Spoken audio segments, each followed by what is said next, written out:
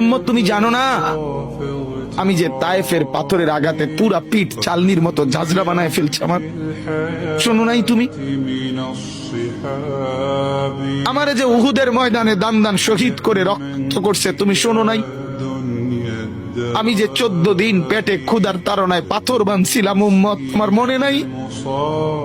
একবারও শোনো নাই আমার ক্ষুধার কষ্ট, আমার পিঠের ব্যথা, আমার দাঁতের ব্যথা, আমার কাঁধে 2টা কড়া ঢুকে গেছে উম্মত।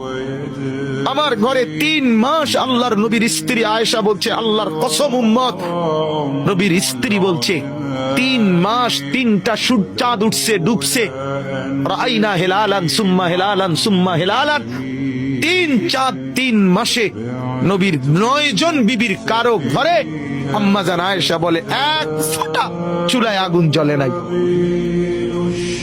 মা আওকাদাত ফি আবিয়াতে রাসূলিল্লাহ নারুন, নবীর একজন বিবির ঘরেও আগুন জ্বলে নাই।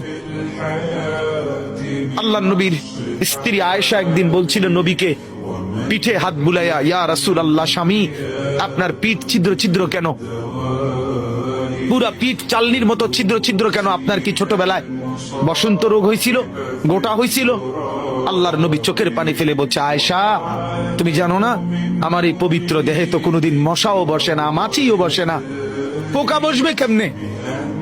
আমার পবিত্র দেহে তো হাঁটলে মেশকের গ্রান বের হয়, আমার পেশাব পায়খানাও তো কোনোদিন জমিনের উপরে 1 সেকেন্ড থাকে না, মাটি ফাঁক করে ভেতরে নিয়ে যায়, সেই আমার গায়ে গোটা হবে কেন? আয়েশা এগুলো আমার তায়েফের পাথরের আঘাতের রক্তের দাগ।